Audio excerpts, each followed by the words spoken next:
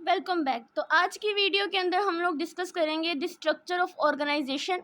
अब आपके जो गेस्ट क्वेश्चन हैं और आपके पास पेपर हैं, इनमें जो क्वेश्चन आया हुआ है which is the define the partnership and company and differentiate the structure bye market versus structure bye technology.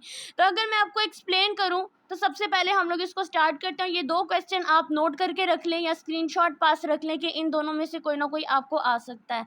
ठीक है, अब हमारे पास स्ट्रक्चर बाय ऑर्गेनाइजेशन क्या होती है उसको डिस्कस करते हैं। अब स्ट्रक्चर ऑफ ऑर्गेनाइजेशन से मुराद होता है, आप अगर देखने से ज़्यादा सुनने पे फोकस करेंगे ना तो आपको ज़्यादा अच्छे से क्लियर होगा।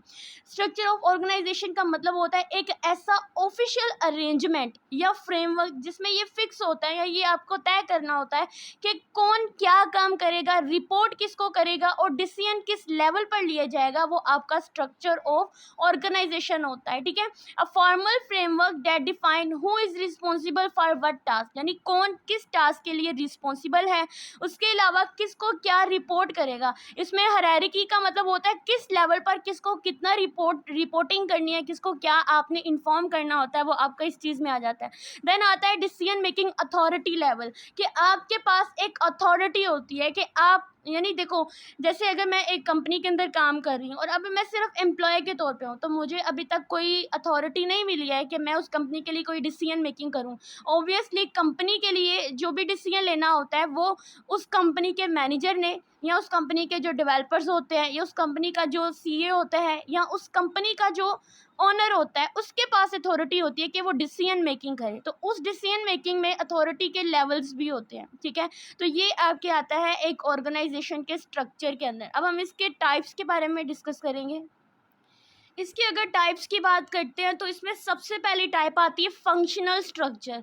अब मैं अगर आपको इसको एक्सप्लेन करूँ तो फंक्शनल स्ट्रक्चर का मतलब होता है कि जो काम होता है वो कितने डिपार्टमेंट को दिया जाएगा, यानी कितने डिपार्टमेंट में डिवाइड करता है।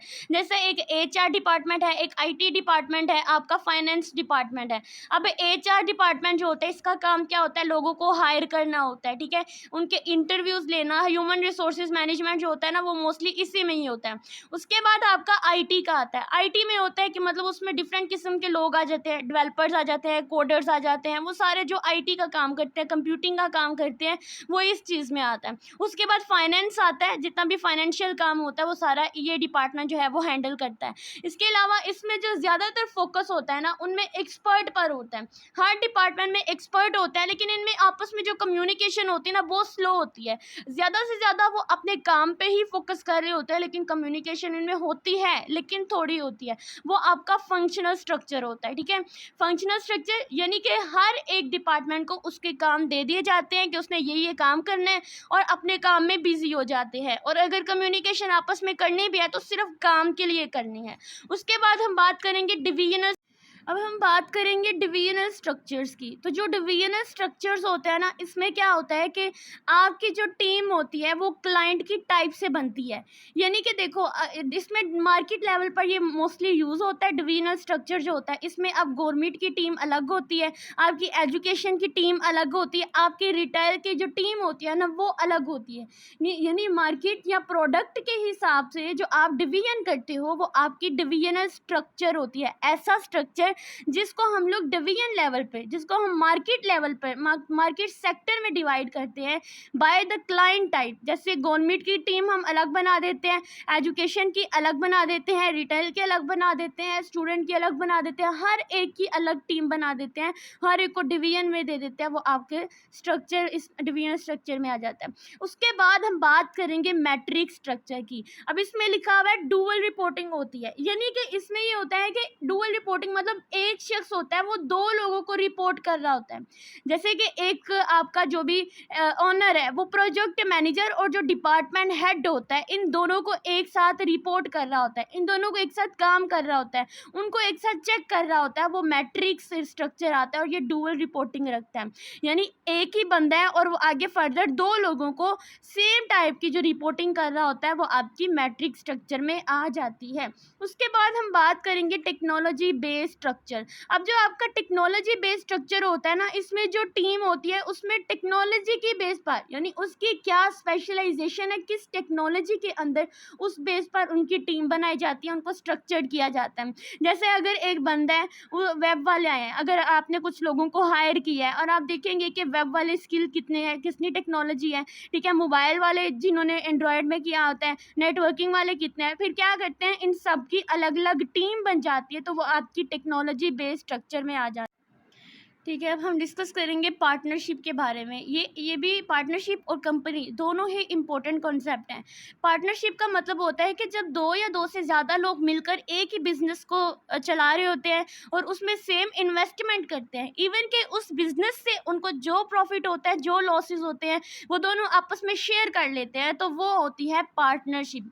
ठीक है, यानी इसमें ये नहीं कि एक को ज़्यादा फ़ायदा हो रहा है तो दूसरे को कम हो रहा है, ऐसा बिल्कुल नहीं होता। दोनों को इक्वली फ़ायदा हो रहा है, इक्वल ही नुकसान हो रहा होता है, और वो सेम बिजनेस को चला रहे होते हैं, वो उसकी पार्टनरशिप होती है। ठीक है, अब इसके कुछ फीचर्स की बात करें तो इसमें ये ऑप्टिमल, इसमें जो भी रजिस्ट्रेशन होती है वो ऑप्शनल होती है। ज़रूरी नहीं होता कि आप जिस बिजनेस को स्टार्ट कर रहे हैं आप उसकी रजिस्ट्रेशन ही कराएं।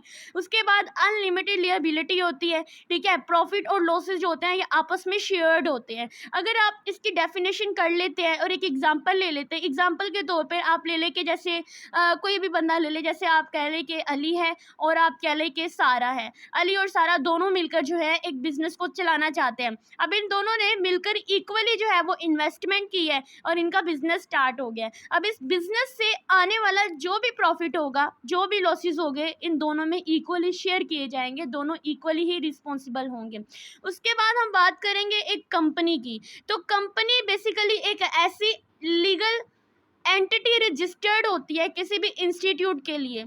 अब बात करते हैं पार्टनरशिप, एक बिजनेस थी। बिजनेस ऑनलाइन भी होते हैं, बिजनेस ऑफलाइन भी होते हैं, लेकिन जो कंपनी होती है ना, एक इंस्टीट्यूट होता है, पूरे का पूरा एक इंस्टीट्यूशंस होते हैं। ठीक है, जिसके अंदर आपको जो भी आपके कानूनी तौर पर जो आपकी लॉज होते हैं आपको उनको फॉलो करना पड़ता है। एक ऐसी एंटिटी होती है जो रजिस्टर्ड होती है। इसमें अगर आप कोई कंपनी चला रहे हैं, जैसे मैं इनोवेट IT जोन है या मैं हबीबा के नाम से कोई कंपनी चलाना चाहती हूँ, तो मुझे पहले उसको गवर्नमेंट से उसको रजिस्टर्ड कराना पड़ेगा।